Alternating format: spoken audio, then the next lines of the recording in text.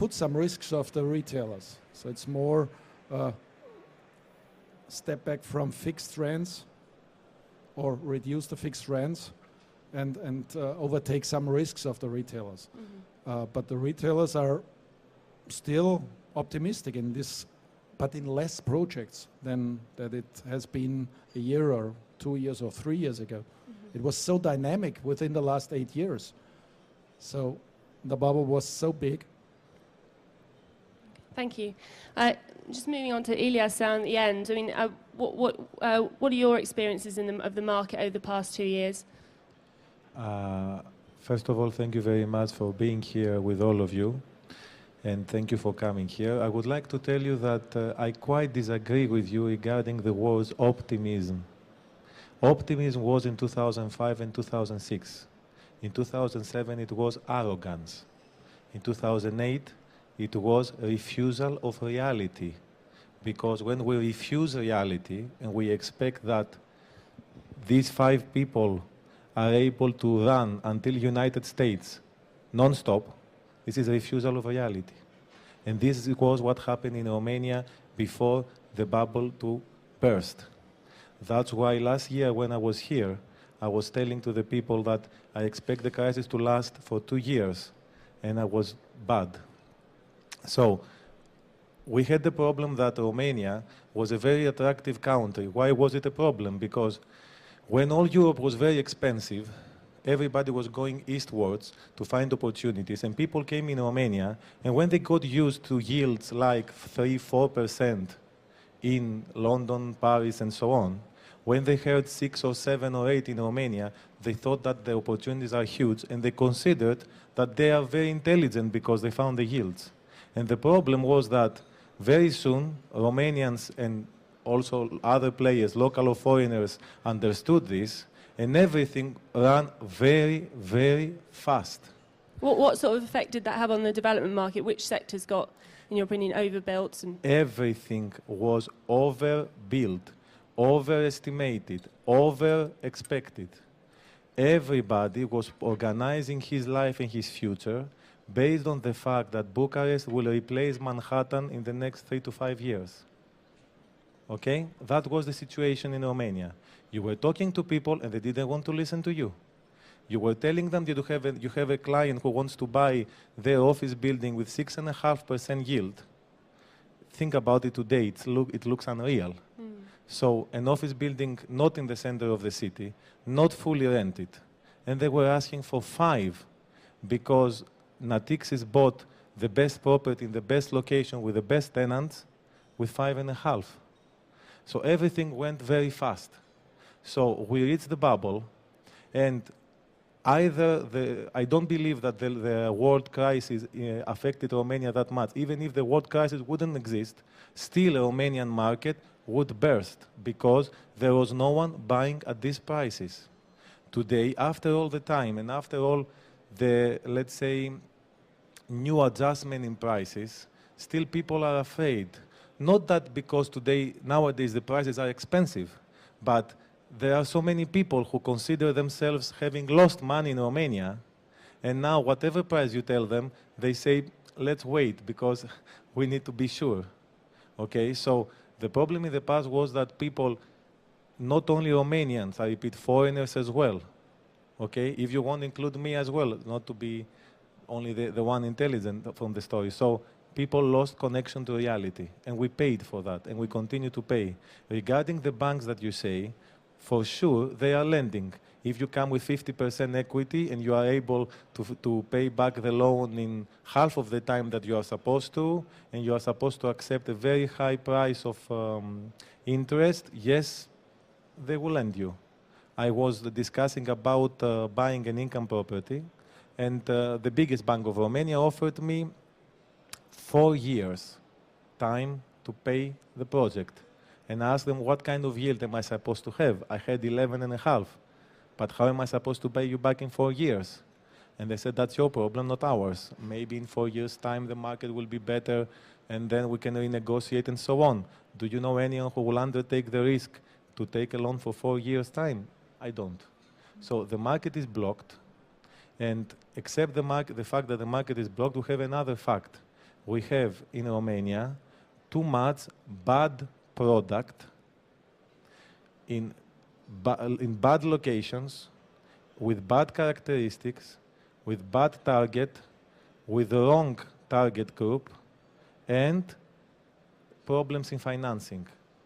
This problem, with all these kind of projects, there are almost half of the projects of the market today in all the sectors. We can start and finish tomorrow morning. So all these people are trying, and they are trying, and of course, when you have to support your investment, but as they are not able to find solutions, the banks are also becoming tougher and tougher, and all these affect even the good projects. The retailers that you mentioned before, today, if you have a new mall anywhere in Romania, you choose the city, go to any retailer, accept 10%, all the rest will refuse, even if you give them for free, because now they don't have the psychology anymore. They need to gain trust again to the market. Okay? All this do not mean that the world has collapsed and Romania is the worst place to invest, but we are in the process of reaching again reality, landing to the real world, okay, where Romania is an excellent place to invest, too many opportunities, very good potentials, but not paying crazy prices, hoping that someone else will come after to pay an even higher price, and so on. So we need to go back to basics. And whoever is doing it, the faster he is doing this, the faster he is getting back, the sooner he will exit from the problem, or he will take advantage of opportunities, because today we have started since some months now to have excellent opportunities again. Comparing to any comparison, there are many good cases now. But not if you approach the market saying, I go, I know everything, I don't pay Salans or any other serious law firm, I pay a friendly person that I met who is also a lawyer and he will protect me. And after you lose your money, you complain for Romania, not for the lawyer or for the consultant that you have. You don't complain about your mistakes, you complain about the country, which is not the case. Oh, and you mentioned the Natixis office, which they bought for a 5.5% yield. I mean, what would that building sell at now, today? And what's happened in terms of valuations over the last year? I wouldn't like to speak about this specific building because it wouldn't be polite. More or less, the market is going down. Valuations are 30 to 50% down. When is that across the board? When they really evaluate, because in many cases they try to avoid evaluating as much as possible, okay? Mm-hmm. There was a mall sold in Bucharest 2 years ago, and I have written in my blog, I have said my opinion. I thought that the price was double than the real one. Now the last valuation is less than half from the price of purchase, and it will continue dropping. So there are several cases where either on purpose or by mistake or because this was the market. You know, if you would live in Romania in 2007 or 2008 in the beginning, and you would have an apartment in a good area, it's called Dorobanți in Bucharest. So if you would evaluate it with less than 3,000 euro per square meter, the banker would be upset, the client would be upset, the owner would be upset, the real estate broker would be upset, the lawyer would be upset because you destroyed the deal of all of them. So you had to evaluate it because, you know, everybody was saying, look, at the newspapers, the price is 4,000 euro per square meter. And last year I was betting with my friends that I will buy in 2009 with less than 2,000. Now it's about 1,500 to 1,600 or even less. So the point is, the one who was buying for 3,000 or 4,000, what was he expecting to sell for 7,000, as they were saying? To who? What was Romania? Was it New York? Was it London? No. The country has some very good features, but we have to keep in mind that we are talking for a country which is rising. This procedure needs time, and this procedure also needs something else. Whenever a country is moving, a real improvement comes when the middle class is changing their status of life. So you have to target the middle class. What can the middle class pay for residential, for retail, for office? If you see this, you will have the answer. But everybody was talking about the middle class comparing to the one of France, Germany, or I don't know what else, Denmark, saying that in 2-3 years, GDP, because of so many stuff, the prices and the incomes and the salaries will will skyrocket. And also, everybody was also having in mind what happened to his own country, and he was going to invest in Romania with this kind of feeling. I will develop apartments of 120 to 150 square meters because these are the apartments that in my country people like living in. And of course, the real estate consultant was telling him, yes, this is what Romanians like as well. Now the problem is that they cannot pay. It's a detail. Mm-hmm. Thank you. Martin, last to speak. But you are a specialist in the tourism and hotel industry. You believe there's quite a few opportunities there in the Romanian market. Can you sort of describe to the audience what they are? Definitely, Romania offers lots of opportunities for new tourism, hotel and tourism projects, because Romania has a very good basis for the further development of tourism. Romania has a very big and strong domestic market, which gets more and more important in the future. Romania has a very beautiful landscape. Romania has lots of snow security over 3 months. Romania has a very rich culture and history, which provides a very good basic infrastructure for developing tourism. Overall, it gets more and more difficult to develop new projects because expectations of investors were too high. Hotel projects cannot offer that high return on investments than office projects or residential projects. What sort of returns do they offer? Today I would estimate something between 8 and 10% at the maximum for hotel projects in Bucharest. If you're going outside onto the countryside or smaller city, it's getting even lower. Mm-hmm.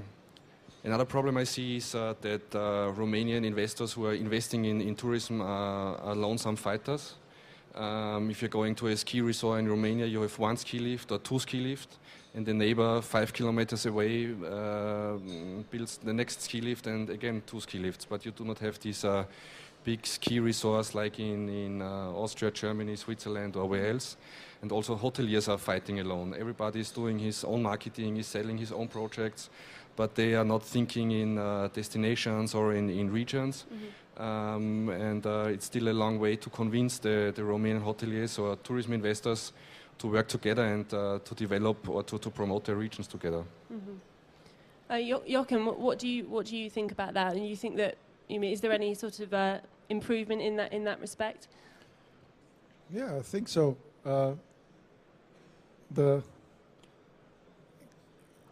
If you think about what Ilya said, is if we cut down from equity expectations from 50% to 10% or back 10% or 15% some years ago and now 50% or something else, you have to imagine that a third of projects can be realized as maximum because on the equity expectations which are here.